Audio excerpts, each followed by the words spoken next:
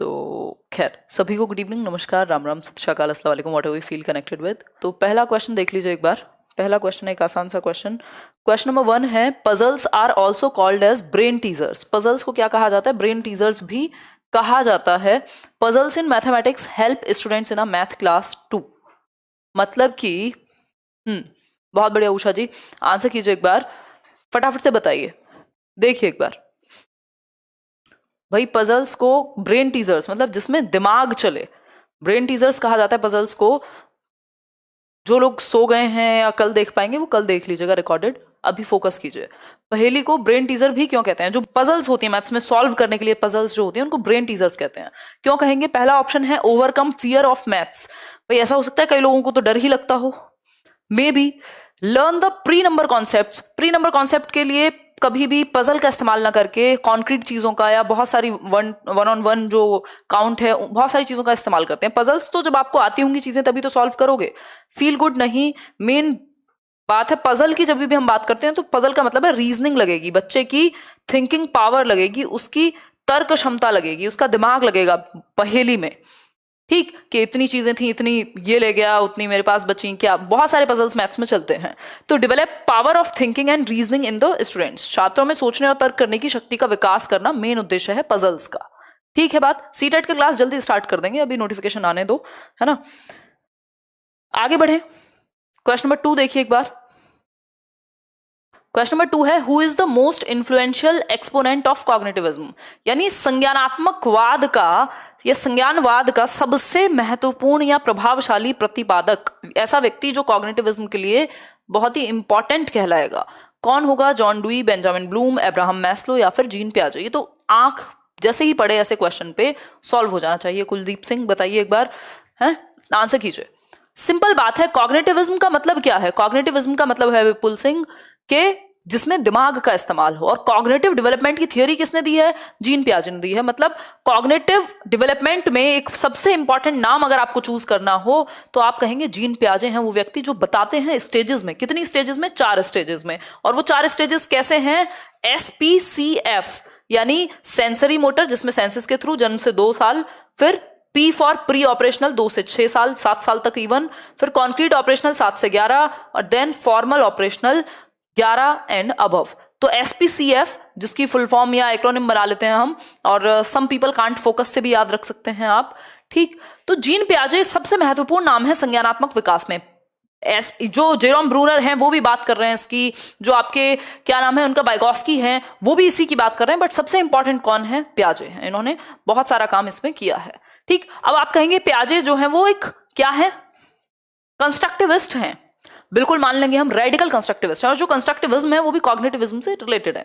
तो हम कह सकते हैं कॉग्निटिविज्म या संज्ञानवाद पे, जिसमें कॉग्निटिव या कॉग्निशन में जितनी भी चीजें दिमाग से जुड़ी हुई हैं, मेंटल स्किल्स आपकी आ जाती हैं कि बच्चे का जो इंटेलेक्चुअल विकास है वो अलग अलग स्टेजेस में कैसे होगा, ये पियाजे कह रहे हैं।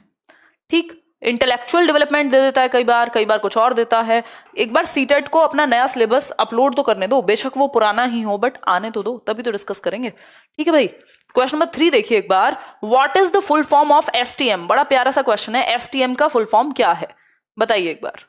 कई लोग कहेंगे क्वेश्चन भी प्यारा होने लगा, बताओ क्यों नहीं हो सकता है? मतलब आप ही प्यारे हो सकते हैं बस, बताइए एक बार। हाँ आंसर कीजिए। 9:15 रखिए टाइम। हाँ मैं 9:15 ही रखूंगी, मैं पूरी पूरी पूरी कोशिश रहेगी मंडे से कि ये वाली क्लास आपकी 3 दिन ही होगी क्वेश्चंस वाली, इसके अलावा कुछ 1-2 क्लासेस अलग होंगी, कि वो 9:15 रहे। ठीक है, टेंशन ना लो। देखिए, what is the full form of STM। STM की फुल फॉर्म क्या है? शॉर्ट टर्म मेमोरी जैसा कुछ साउंड कर रही है ना ये, तो स्टैंडर्ड टाइम मैनेजमेंट नहीं है इसकी full form. Phonological standard tense memory बनता ही नहीं है, स्टैंडर्ड टेक्निकल मेजरमेंट नहीं, फोनोलॉजिकल शॉर्ट टर्म मेमोरी इसको हम कह सकते हैं। ठीक, फोनोलॉजिकल शॉर्ट टर्म मेमोरी, जैसे आपने कहीं से कुछ सुन लिया, मान लीजिए किसी ने मोबाइल नंबर बताया, और अगर आपको बहुत इंटरेस्ट है उस व्यक्ति में, है ना, तो एक बार में याद हो जाता है लोगों को, वो शॉर्ट टर्म मेमोरी में आपने डाल दिया। कैसे? शॉर्ट टर्म मेमोरी है जो बहुत कम क्षण के लिए, 20 से 30 सेकंड के लिए ये शॉर्ट टर्म मेमोरी में रहता है। अगर आपने रिवाइज किया तो चला जाएगा कहां? लॉन्ग टर्म में। ठीक, तो 20 से 30 सेकंड। और कितने आइटम इसमें आ सकते हैं? इसमें इसको एक मैजिक नंबर कहा जाता है 7, यानी 7 + -2, यानी 7 में या तो 2 कम या फिर 2 ज्यादा, मतलब 5 से लेकर 9 आइटम तक हम अपने ब्रेन में शॉर्ट टर्म मेमोरी में चीजें फीड कर सकते हैं। जैसे मैंने बोला, आपको नंबर ही बता देती मैं अभी आपको, जैसे अपना चैनल वाला नंबर है 9599161025, ये आप याद रख सकते हैं क्योंकि 7 + -2 के आसपास ही है, या इसका एक चंक आप याद रख सकते हैं। ठीक, तो शॉर्ट टर्म मेमोरी में 20 से 30 सेकंड तक चीजें टिकती हैं, उसके बाद अगर आप रिवाइज करते हैं तो वो उसको आप ट्रांसफर कर सकते हैं आगे। और मैजिक नंबर होता है इसका 7 + -2, यानी 5 से लेके 9 तक आइटम्स इसमें आ सकते हैं। ठीक, साथ में या तो 2 कम या 2 ज्यादा। क्लियर है बात? इतनी बात क्लियर है? आगे बढ़ेंगे। मेमोरी का चैप्टर भी कभी ना कभी मैं आपको डिस्कस कर लूंगी आपके साथ, एक बार बैचेस में होगा फिर करेंगे। क्वेश्चन नंबर 4 है, what is the use of a big book in the classroom, यानी कक्षा में एक बड़ी किताब का क्या उपयोग है। बिग बुक कहा जाता है वो बुक्स जिनको क्लासरूम में छोटी क्लासेस को पढ़ाने के लिए, बड़ी बड़ी किताबें जिनमें बहुत सारी पिक्चर्स हैं, सारी चीजें हैं, उनका इस्तेमाल किया जाता है छोटी क्लासेस में। बताइए, झारखंड से हूं, जेटेट के बारे में कुछ बताइए, बता देंगे। देखिए एक बार, पहला ऑप्शन है, it helps the children to engage and actively discuss what they think the story is going to be, यानी ये बच्चों को हेल्प करती है एक्टिवली एंगेज करने में या डिस्कस करने में उन पिक्चर्स के थ्रू कि इस स्टोरी में होगा क्या। मे बी पॉसिबल है। फिर है option B, it is based on a number of theoretical principles, theory पे बेस्ड हम चीजें नहीं सिखाना चाहते स्पेशली छोटे बच्चों को, और बिग बुक्स का इसमें थियोरी का पॉइंट ही नहीं है क्योंकि थियोरी इसमें होती ही नहीं है, ज्यादातर बड़ी पिक्चर्स होती हैं और छोटी मोटी लाइंस होती हैं। ठीक, if the book is big it is easy for the young learner. Big book का मतलब ये नहीं है कि सिर्फ साइज बड़ा हो, उसमें पिक्चर्स हो ज्यादा से ज्यादा, वो इंटरैक्टिव लगे, वो इंटरेस्टिंग लगे, वो कलरफुल हो, इसलिए उनको बिग बुक्स कहा जाता है। Big picture books specially English pedagogy में इस टर्म को यूज करते हैं काफी ज्यादा। फिर है डी ऑप्शन, डी ऑप्शन है, it has a number of colourful pictures to attract the learner. सिर्फ अट्रैक्ट नहीं, ये ऑप्शन अच्छा था बट इससे बेहतर ऑप्शन हमारे पास अवेलेबल है। ठीक, it helps the children to engage and actively discuss what they think the story is going to be, यानी ये बच्चों को यह जानने में मदद करता है, एक तो उनको एक्टिवली एंगेज करेगा कि अच्छा ऐसा हुआ होगा, यहाँ पे परी बनी हुई है, यहाँ पे एक बगुला लेकर के जा रहा है मुंह के अंदर कुछ, तो वो दिमाग में सोच पाएगा। ठीक है बात, आगे बढ़ेंगे।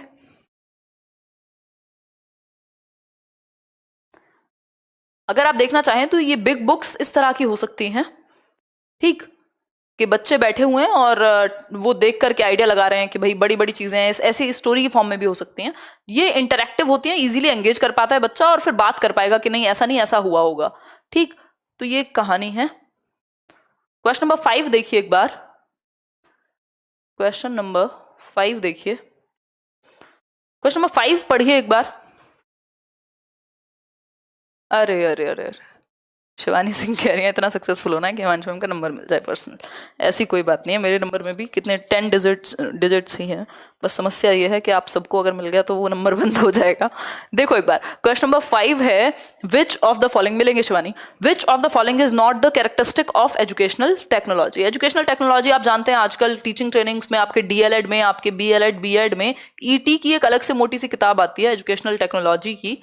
ठीक, उसका कैरेक्टरिस्टिक क्या नहीं है, यानी एजुकेशनल टेक्नोलॉजी की विशेषता क्या नहीं है, एजुकेशन में टेक्नोलॉजी को यूज करने की विशेषता क्या नहीं है। लाइक शेयर कर दिया करो यार खुशी खुशी।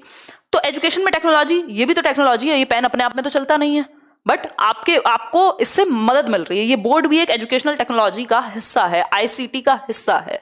ठीक, ये कैमरा जिसके थ्रू हम, मतलब एजुकेशन में टेक्नोलॉजी का यूज, जैसे ऑडियो वीडियो की रिकॉर्डिंग बाद में भी आप देख सकते हैं, ये क्या एजुकेशन में टेक्नोलॉजी का यूज है। इसकी कौन सी विशेषता नहीं है? पहला ऑप्शन है, it is based on application of scientific knowledge. हाँ बिल्कुल सही बात है भाई, साइंस से ही तो निकल करके आ रही है बात, साइंटिफिक नॉलेज के प्रिंसिपल्स पर बेस्ड है। क्लियर है बात भाई? कोई यूएस में बैठा है या कोई यूएस की यूनिवर्सिटी में लेक्चर दे रहे हैं कोई प्रोफेसर, और आप यूट्यूब पे बैठ के देख सकते हैं उनको, है ना। मैं यहाँ दिल्ली में खड़ी हुई हूँ और आप पूरे देश भर में देख सकते हैं।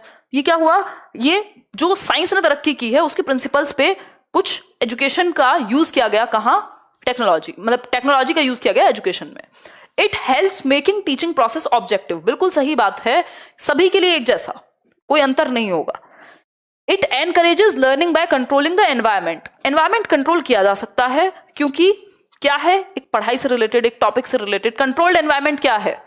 कंट्रोल्ड एनवायरनमेंट है कि भाई एक बोर्ड का इस्तेमाल किया जा रहा है, कुछ यहाँ पे चीजें लिखी हुई हैं, आप कॉपी पेन लेकर के बैठे हुए हैं, जैसे क्लासरूम होता है, तो उस तरीके का माहौल बनाया जा सकता है, मदद करती है ये कंट्रोल्ड एनवायरनमेंट में। आप रोड पे बैठ के पढ़ने लग जाएं, वहां कोई कंट्रोल्ड एनवायरनमेंट नहीं है, वहां शोर शराबा होगा। It makes the teaching process monotonous, ये बात बिल्कुल सत्य है कि एजुकेशनल टेक्नोलॉजी इंटरेस्टिंग बनाने के लिए, चीजों को और ज्यादा एक्टिव बनाने के लिए, इंटरेक्ट करने के लिए है, ना कि मोनोटोनस। मोनोटोनस क्या है कि बिल्कुल बोरिंग हो गई है वो प्रक्रिया, वही चीज हम रिपीट करते रहते हैं, नीरस, जिसमें कोई इंटरेस्ट नहीं है। मैं आपको सेम क्वेश्चन कराऊं बट उसके एग्जाम्पल की पिक्चर मैं अलग लगा सकती हूं इस बार, तो ये मोनोटोनस नहीं है, बल्कि टेक्नोलॉजी तो हमें इतने सारे ऑप्शंस देती है कि कभी हम कोई वीडियो दिखा सकते हैं, कभी हम कोई फोटो दिखा सकते हैं, कभी हम एक अलग कलर से लिख सकते हैं, तो ये सब क्या है, ये मोनोटोनस बनती नहीं है इससे, बल्कि ऑपोजिट होता है, इससे इंटरेस्टिंग बनती हैं चीजें। ठीक है बात, आगे बढ़े। क्वेश्चन नंबर 6 देखिए एक बार। Teaching is done in a practical manner which is systematically worked out, which of the following lentils corresponds to the above description. यानी शिक्षण एक व्यावहारिक तरीके से किया जाता है जिसे व्यवस्थित रूप से बनाया जाए एक तरह से, मतलब teaching is done in a practical manner. Practical manner मतलब जो रियल लाइफ की नीड है उसके अकॉर्डिंग टीचिंग की जाए। ठीक है सागर क्रिएशंस।